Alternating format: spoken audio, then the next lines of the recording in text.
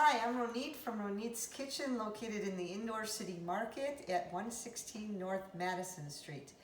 Today I'm going to demonstrate in my home how to make an Israeli dish that actually origins are from Yemen. The Jews from Yemen brought it to Israel, and it's called Malawach. So you have to sit that and clear your throat. Malawach is a Jewish Yemenite pancake. But the difference is that you usually eat it savory as opposed to sweet. Although you can drizzle honey on it, most people have it with a tomato puree or a spicy sauce. So let's get started. So we're going to start with about 3 cups of flour. Pour that into the mixer. And there's a few steps to this, so I did prepare things in advance so that we won't waste time. We add a teaspoon of sugar, half a teaspoon of salt, and a teaspoon of baking powder.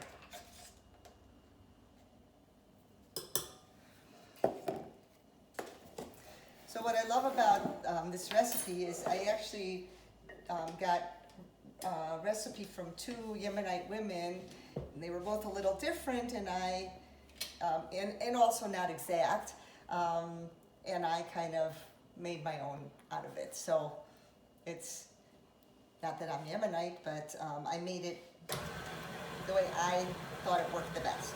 Now I'm going to add about a cup of water. You just want to add water slowly until the dough becomes a little sticky. And in both of their recipes, they wrote that it should be like chewing gum.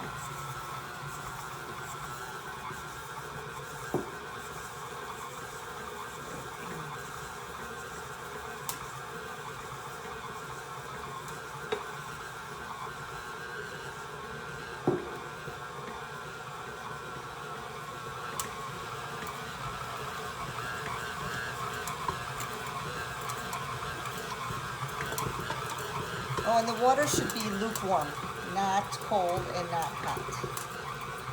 And I think I'm going to add a little more water.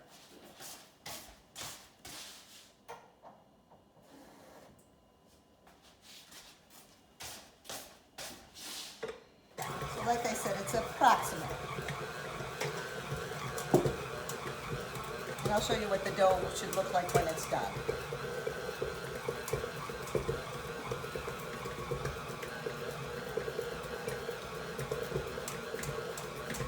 Okay, so that is mixed pretty well, and it comes out sticky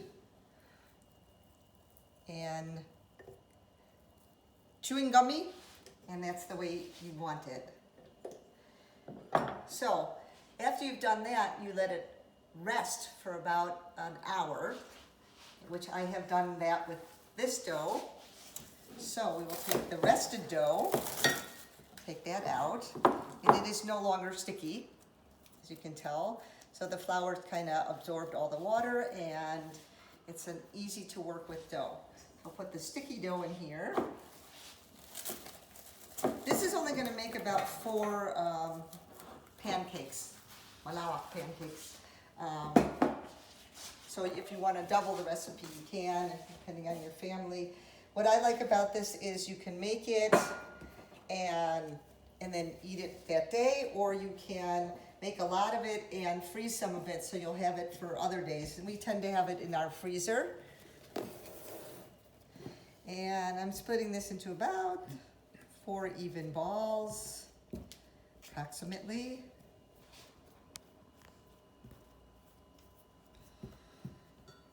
Okay. From here, I'm going to take my rolling pin and roll them out.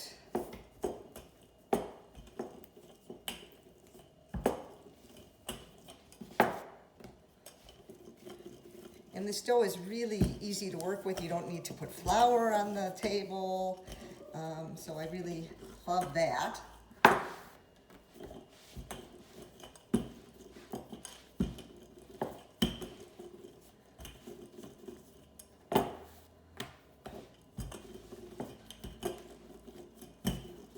And try and make it as round as possible.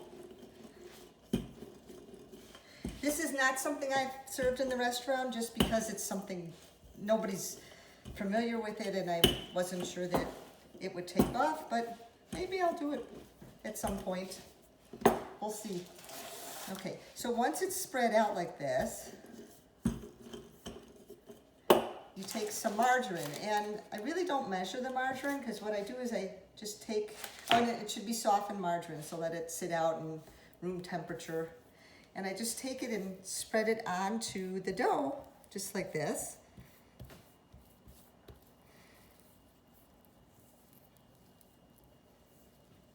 Okay, and then you fold it up, make it in half, take some more margarine, spread it on that part. And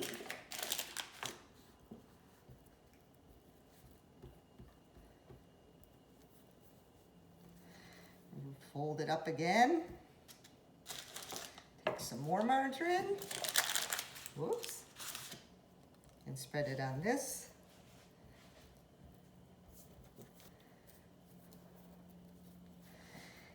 And then you've got, and then kind of make it into a ball.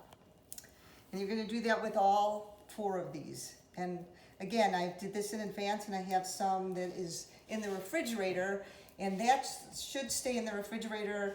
You can leave it overnight, you can leave it for a couple hours, whatever works for your schedule. I'll go get that.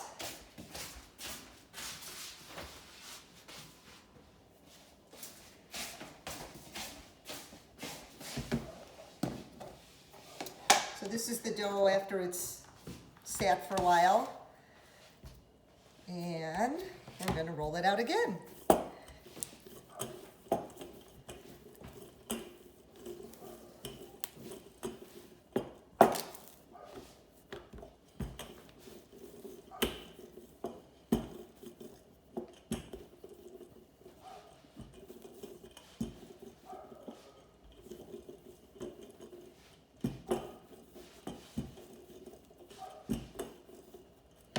Okay, that is our Malawach. It is ready to fry.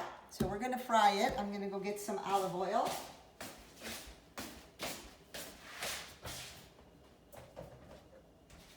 So you want, I try to do extra virgin olive oil, a version of olive oil.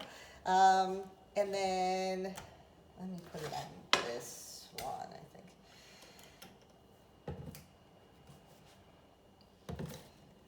We'll let that heat up a little bit.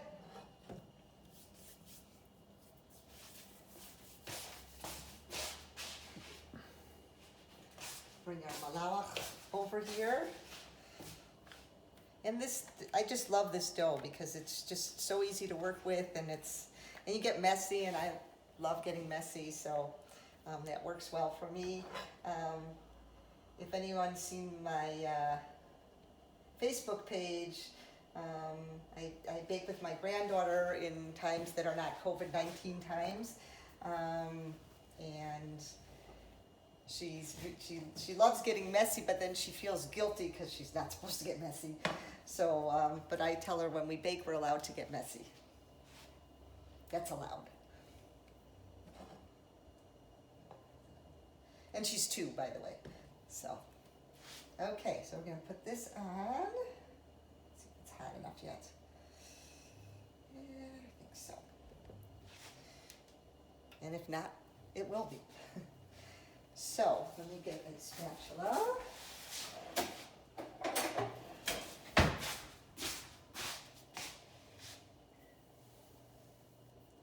And we'll see how this comes out. So what's going to happen is this will kind of rise up and be kind of layered and delicious, flaky. While that's going, why don't I get the tomato sauce ready? So I just do something simple. I cut a tomato in half, and I take my trusty grater, and I just get all the inside out of the tomato, the pulp or whatever. I'm not really sure what that's called.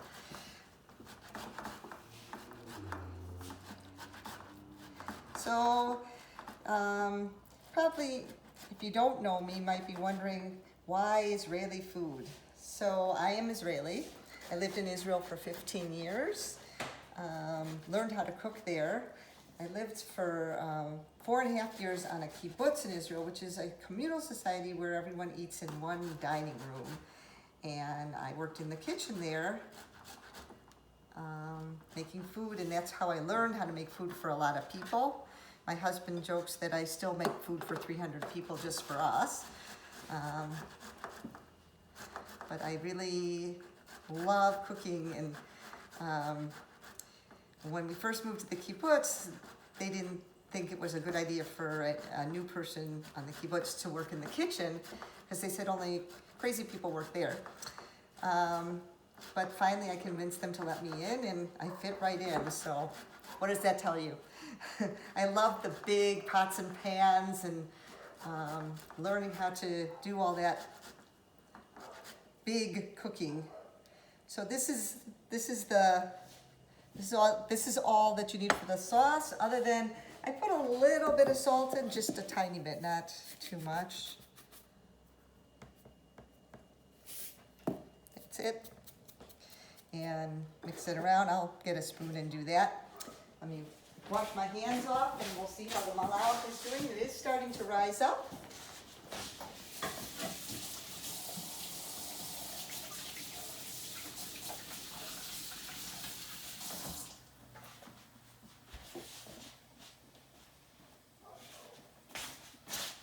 Take a look at how it's looking on one side. Oh yeah, so it's ready to flip over. Maybe it could have given a little more time on that side, but it'll fluff up even more as it bakes on this side, or fries on this side.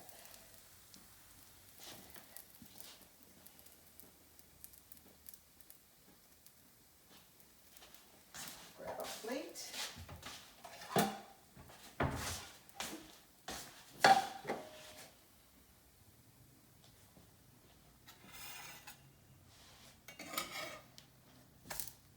I haven't made malawach in a long time. I was concentrating more on the recipes I use in the restaurant, so I'm a little nervous about this coming out perfect, but you know what? Perfect is not always necessary. I don't mind not perfect. As long as it tastes good, that's what's important.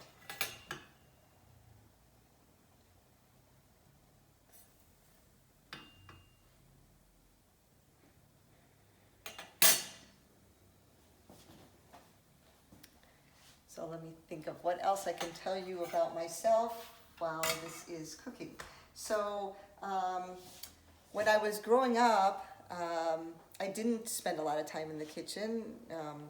My mother, that was her space, and she didn't let us in other than washing the dishes. And sometimes she'd let me take the Crisco oil and oil the pan. It was before they had the Pam spray, so you'd oil it with, you take Crisco oil and rub it on the baking sheet.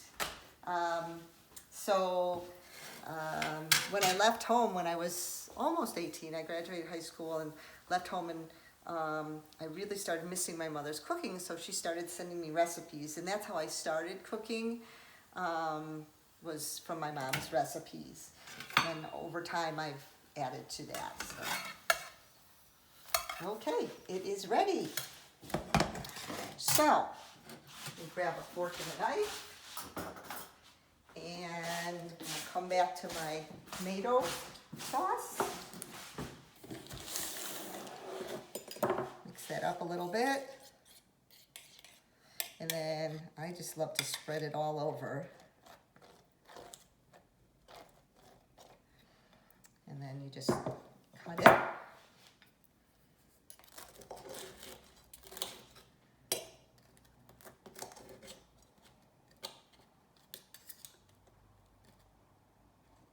you see the layers? See how it layered? And then you eat it.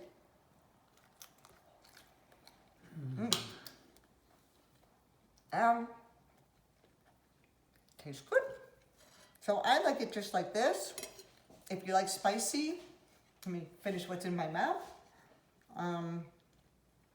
If you like spicy, you can make it spicy.